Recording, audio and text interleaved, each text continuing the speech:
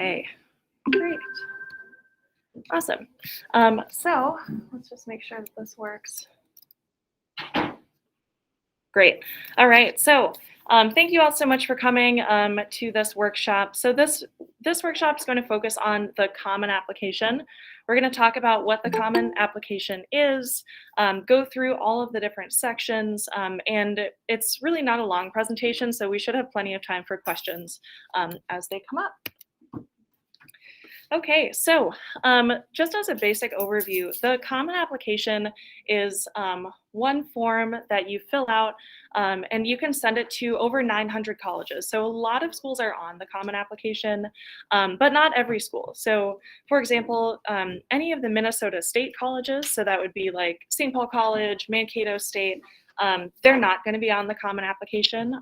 However, a lot of colleges are on it. So that would be like Macalester, University of Minnesota, out-of-state colleges like Amherst College, or all different types of schools really use the Common Application. It's mainly for four-year colleges.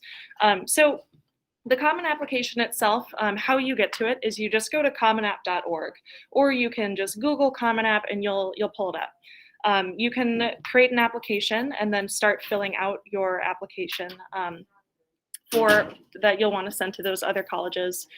And I sometimes I get questions on like, you know, is it worth it to use the Common Application? Because a lot of colleges will accept either the Common App or they have their own institutional application. For example, the U of M does this. They have both options. There's not really a preference for one over the other. Really, it's just, you just sort of have to decide if it's worth it to fill out the Common Application. So usually what we say is, if you're applying to 2 or 3 colleges that use the Common Application, really 3 or more colleges that use the Common Application, then it's worth it to fill it out because, again, you're filling out that one form and you can send it to multiple colleges. If you're just looking at one college that's on the Common App, and they offer that institutional application, you might actually save time by just applying directly to the institution. So, you know, like the U of M institutional application is actually much shorter than the Common Apps. So, you know, you just kind of have to weigh that, and your student is welcome to check in with me if they aren't sure, you know, which option they want to do.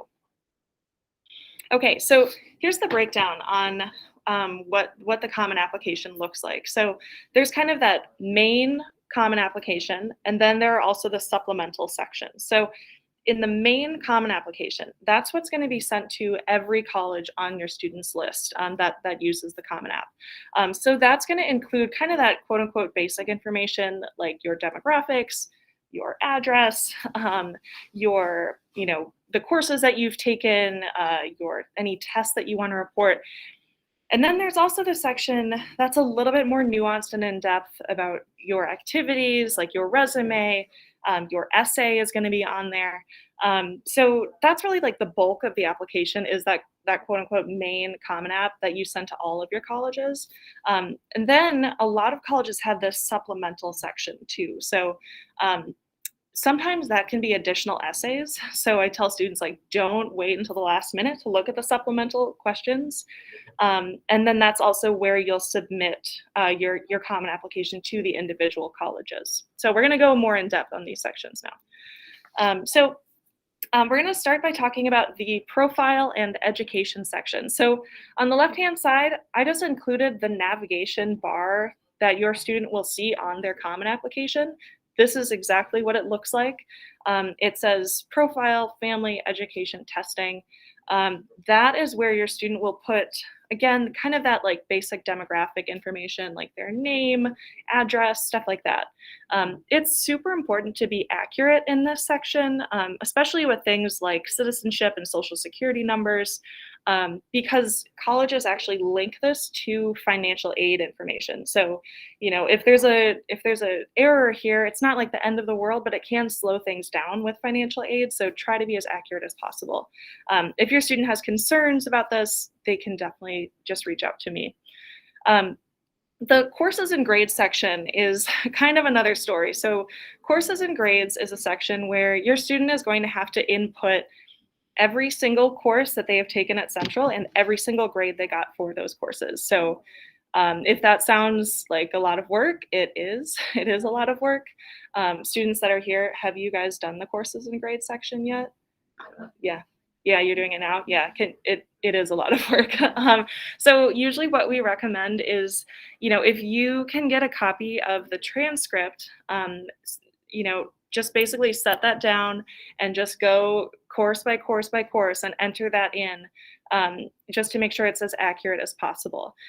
There are some colleges, so the U of M is kind of the biggest example, that they're going to base admission solely on this self-reported grade section. They're not even going to look at the official transcript to admit students. So again, super important to be accurate here. Okay, activities. Oh, I see we have one question here. How does a student get a copy of their transcript? So yeah, a student can just contact me, or they can check in with Victor, who's the counseling clerk. He's like right at the front desk um, at the counseling hallway, or they can just talk to their counselor, and any one of us can pull their transcript for them. They can also just pull it up in campus. Students can just access their transcripts as well. The student version won't have the rank printed on it, and they do need the rank to fill out the Common App. So to get that, they can reach out to me, Victor, or their counselor. So yep, good question. Does anyone else have any questions about any of these sections that I've talked about so far? I know it's a lot of information. Any questions yet? Yeah, regarding a profile, you mentioned secure social security number. Sorry. Mm-hmm. What about for those who don't have, like, I was thinking about international students? Yep, that's fine. Yeah, so you would just say which country the student is a citizen of, basically. Okay. Yep. So you do not at all need a social security number to fill out the Common Application. You'll see there's a drop down where you can select your citizenship status. Okay, thanks. Yep. Any other questions? Okay, great. All right. So the next kind of big section is the activities section. So this is where your student's going to put in their resume, basically. So all the activities they've done. And the activity section gives you 10 spaces, which, depending on how many activities you have, can be an overwhelming amount or not enough room at all. So what I would say is, like, focus on activities where you have a lot of leadership, and what colleges like to say is depth over breadth. So, focus on activities where you've been involved for like several years. It's something that you're really interested in and passionate about, instead of just trying to like fill up your resume, if that makes sense. Another important thing is you can put a lot in this section. So it doesn't just have to be like after school clubs.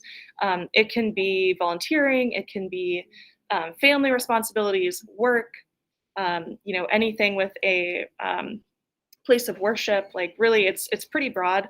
And actually with COVID especially, you can put independent work here. So, I was working with a student who did a lot of creative writing, just sort of in his spare time over COVID. And he put that onto his activity section with some like contests that he had entered into. So that's totally fine to put that stuff there too. Then the next section is the writing section. So the writing is going to include that, infamous college essay. There are multiple prompts that your student can choose from. I want to say there are like 6 or 7 prompts. There's no like preference for one of those prompts over the other. It is a 650 word limit. So, it's honestly not a lot of space to kind of show that much of yourself. The idea here is to basically communicate like a side of you that that the admissions committee is not going to see in any other part of the application. So a lot of times it's great to focus on, like what's an event or a person or a place that has really shaped you into the person that you are today, or what's something that you believe in very strongly. Basically, you're just trying to show them who you are and what you'll contribute to the college community. I would also recommend, we're having an essay writing workshop. It's virtual next Tuesday, and I'll include the link when I post this video. There will also be a QR code at the end of this presentation so you can sign up. And we're going to have a professional writing coach basically talk about how to structure your essay, concision, like all of those really important things. Any questions about the activities or writing sections? No, these are big sections. Students that are here, do you guys have any questions about those? No? Okay, cool. Okay. Okay, and then the last section is the supplemental questions. So, like I said, a lot of colleges have these supplemental questions. I think almost every college that's on Common App has a supplemental question. These are often additional essays. So sometimes they're sort of like, why do you think such and such college is a good fit for you? Sometimes, though, they can be really weird and quirky. So one I think this came out a couple years ago. University of Chicago was able to.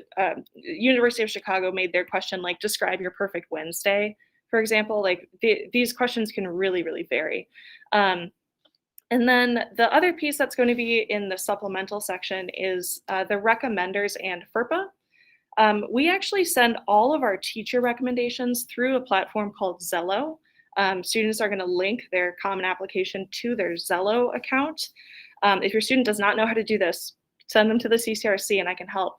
The only reason they should be requesting outside recommenders would be if they have the only reason they should be requesting recommenders on Common App is if they have an outside recommender, so like a coach or an employer or something like that. And then here's where you'll submit your application. So you actually have to click submit for each of your colleges because colleges have different deadlines and sometimes people submit them at different times. So that is sort of the overview. Hang on just one second. Of the Common Application. Can you explain what is the FERPA is? What is FERPA is? Oh yeah, sorry about that. I accidentally skipped over FERPA. So FERPA is an educational law. It's an Educational Privacy Act. It actually applies to all students now. So it basically means that students have the right to access their educational documents. So that would be like transcripts or other documents like that. The sort of standard advice is to actually waive that right when it comes to recommendation letters. And that is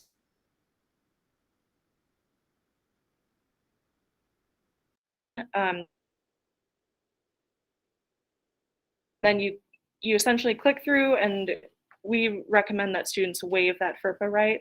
And then that will allow them to link their Common App to their Zello accounts. Yep. Any other questions about this section or about FERPA? Do you guys have any questions about FERPA? No, pretty straightforward. Okay.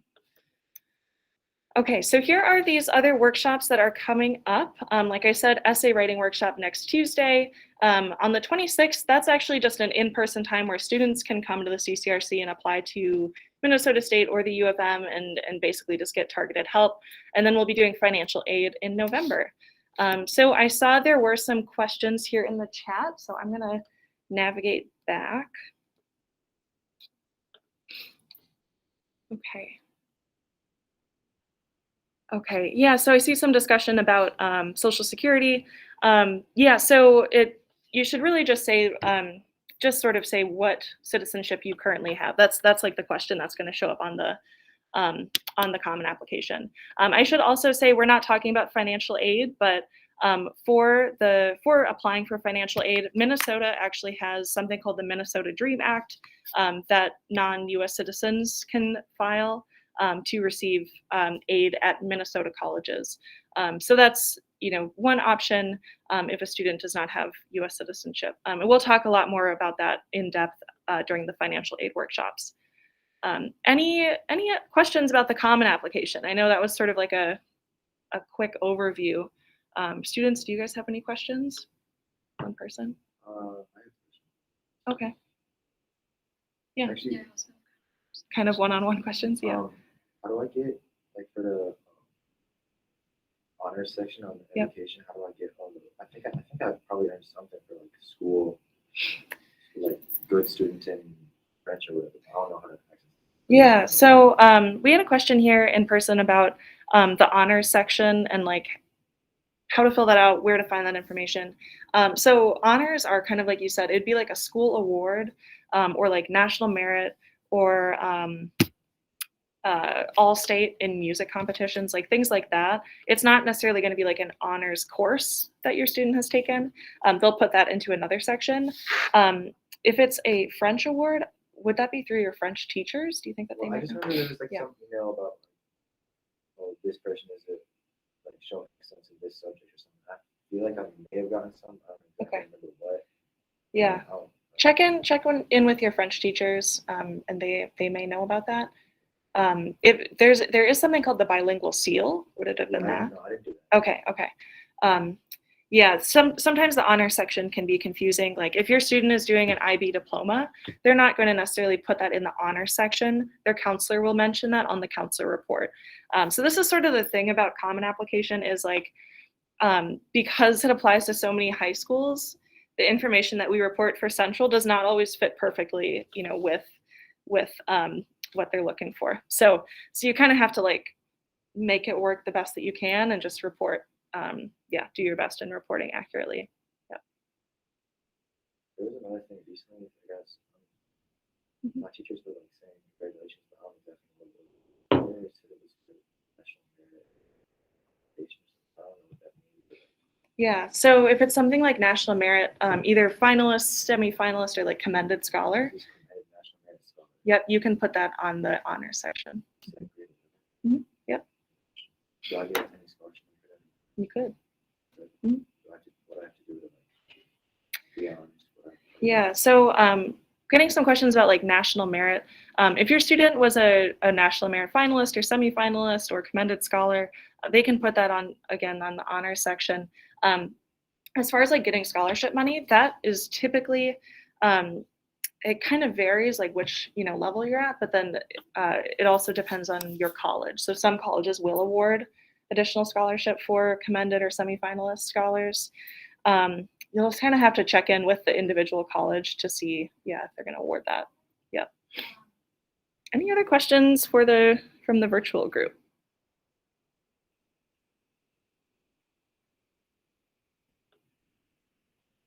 Okay, not hearing any. Well, you all are always welcome to reach out to me if you have any questions. I'll put this back up here. If you'd like to sign up for these workshops, you can do the little QR code thing there, and hopefully that works. Thank you. Yep, feel free to reach out if you have questions or send your student down. Thank you all so much for coming. Thank you. Bye.